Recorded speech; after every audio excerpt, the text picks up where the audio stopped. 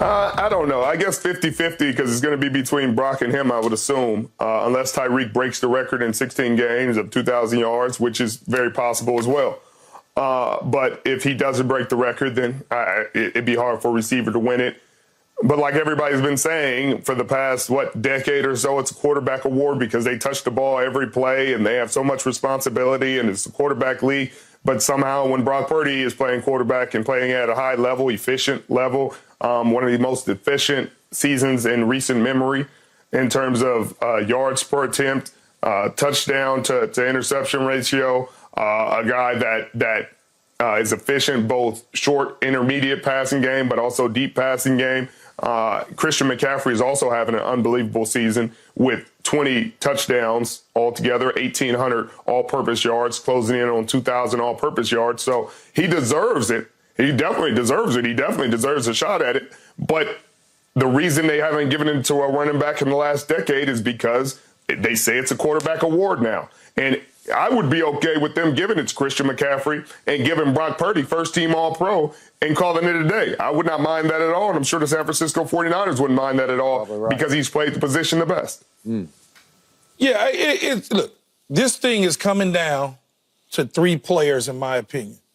Three players on one night. Monday night. One night, three players. Lamar Jackson, Christian McCaffrey, and Brock Purdy. Whoever wins the game and how well they play in that game will solidify the MVP. If Brock Purdy plays the way he's been playing recently and they win, he'll probably win the MVP. If Lamar Jackson plays the way he's been playing and they win, he'll probably win the MVP. Same thing for McCaffrey. And the reason I say this, Richard, is you mentioned a quarterback award. There aren't but two quarterbacks really left in this race because Dak Prescott hurt himself against Buffalo, and there's really nothing. I mean, he would have to take this thing all the way to Washington at the end of the season and have, 15 touchdowns in 3 games and all that sort of stuff because he's sitting in that third, fourth spot right now. To get back up to 1, it'll take a lot. Lamar Jackson is just like Christian McCaffrey and Tyreek Hill because he does everything. He can throw the football. He puts the pressure on the defense because he runs it. And we've seen Baltimore with him and without him. Same thing with Brock Purdy. Brock Purdy puts that pressure on him, and you're right. Yes, he doesn't get the same notoriety, accolades as people that are drafted higher. That's been the history of the National Football League. When you're drafted at a certain level, you get the benefit of the doubt. He hasn't won a Super Bowl yet like a Kurt Warner where all of a sudden he gets the benefit of the doubt. But he is on his way. And then everybody obviously loves Christian McCaffrey. You can't, if you don't like Christian McCaffrey, you don't like the position of running back, nor do you like him at all, period. You got to be blind to not see his ability and what he's able to do. So it comes down to the Monday night skip for me on these guys. Yep. And in the end, if Baltimore goes on the road and they win, that award's going to Lamar. Well, I hope you're right because I made the point yesterday. I think Lamar is more valuable in the Ravens offense than Brock Purdy is in the 49ers offense. And I don't disagree with you. Okay. I'm a big Lamar fan because he raises the level of his game, both throwing and running in the big games. And this is going to be fascinating to watch on Christmas night, next Monday night. And I'm with Keyshawn. This just could be for all sort of the marbles, all these accolade marbles. It's all going to be on the table. But the point is, I hate to even bring this up, I'm knocking on wood. If somehow Brock Purdy got nicked and they had to go with Sam Darnold out of your school, you would just see a huge drop-off because Brock Purdy is playing at a supremely high level. And I take nothing away because he is now the front runner for MVP. It almost feels like it's his to lose. And the only way he could lose it if Lamar completely outplayed him on his field on Monday night. And even then, we still got a couple of games to go. But Brock Purdy has just been off the charts. It just gets more mind-blowing by the game where I say, how does he do that and that and that? And I don't even want to go down the game manager trail again or the rabbit hole. He's the opposite of a game manager.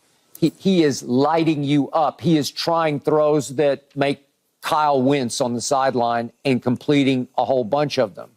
But the irony here is with Christian and Brock, that they're going to offset each other. If they're not careful, they're going to campaign for each other until the voters get split, and Lamar's going to sneak in because they split the vote, right? What? Yeah, I mean, like I've been telling people, I think Lamar is an outstanding player, is an amazing player. When he won the MVP of the league, he deserves it.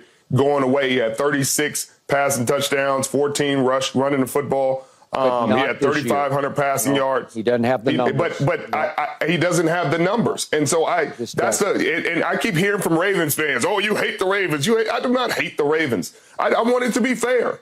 If when Lamar Jackson was up for the MVP and he had 35 touchdowns passing and 14 running the football, if they gave it to a quarterback who had 20 passing touchdowns and 5 rushing touchdowns, they would have been rioting out there in Baltimore, because that wouldn't have been fair. That wouldn't have made sense. And so for Key and people to be saying that it's going to come down to this game where when Brock Purdy has 12 more passing touchdowns, he has 29 to Lamar's 17 right now. And he has 2 rushing touchdowns. Lamar has 5. Lamar does have almost 800 yards running the football, rushing, which is a huge trait and a huge part of that offense and a huge reason that they're in the position they're in at 11-3 and number 1 seed in the AFC.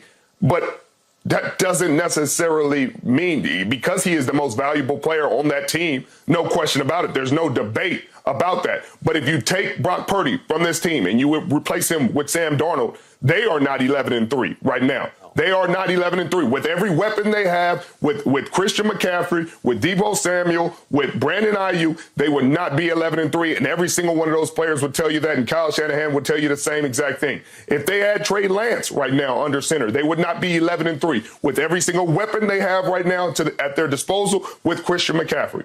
And so when people try to diminish what he's doing by saying he has all these weapons around him and Kyle pulling the strings, and I hear it, but that does not take away the numbers that he's put up. He's thrown for almost 3,800 yards already this season. He's closing in on franchise records.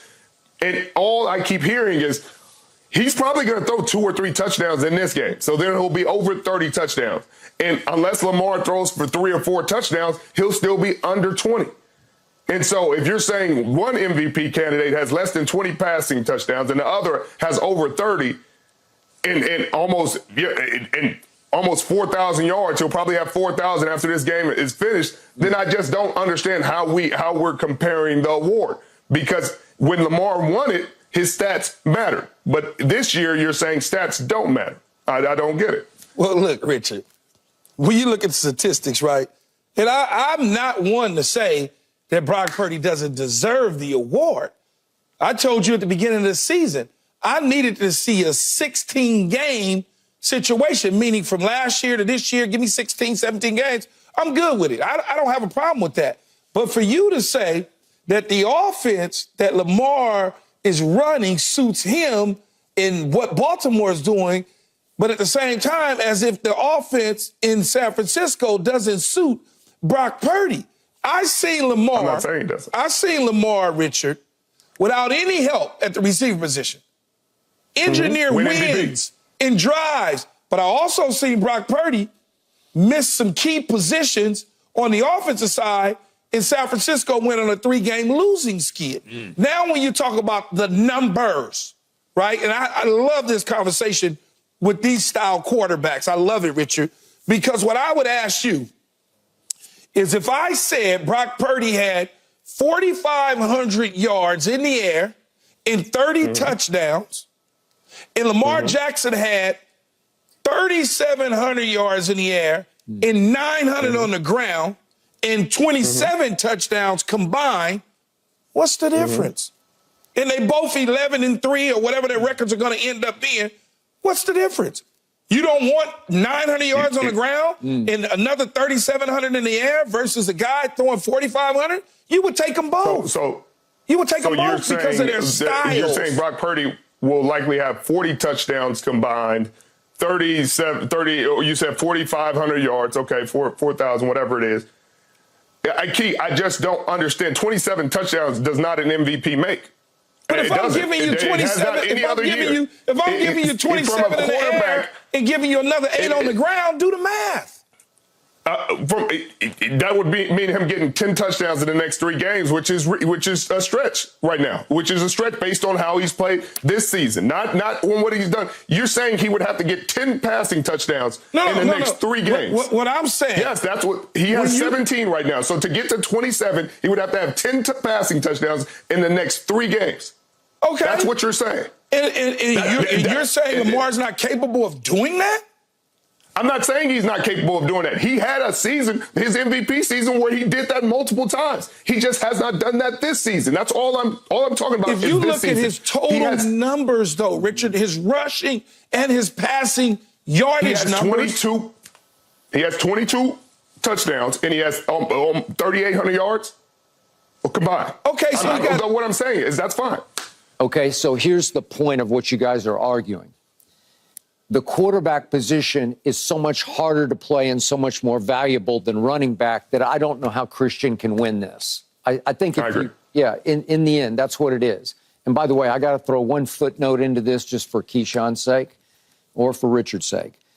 Christian McCaffrey against Dallas in the playoff game at San Francisco last year. Here we go. He ran 10 times for 35 yards. That's 3.5 yards a carry. He caught 6 balls for a grand total of 22 yards. So I don't know how my defense did it, but we stymied Christian McCaffrey. And this is why Richard and I have a problem with you. Yeah. Well, these are numbers. These are facts. And y'all still lost this year 42-19. Yeah. But in the game that counted, we lost 19-12. It didn't count for y'all. It counted for San Francisco because they went to Philadelphia. 19-12. But we held them to 19. You know what's so crazy? 19 we held them. Is I try to be so respectful to you, Skip. Yeah. But you really are crazy. No, like you're talking about something from a year ago. Did I just make those stats up? It doesn't. Why are you? It's in a playoff game. Christian McCaffrey had 10 for 35 and 6 for 22. He knows he drives me nuts right now. That's what's crazy. Like, we really need to get you examined. I question your analytical skills here if you can't process it. You lost the damn game. Wow. Interesting. Like, seriously. Okay. Barely. Don't let him get your key. Stunk. All right, we got to talk about another quarterback who's still afloat with the Jets. I don't know what's going on here, but Aaron Rodgers still says he wants to play this Sunday. Aaron Rodgers better sit his ass down somewhere. He about to sit down. Yeah. Stop it, eh? Stop it, Aaron.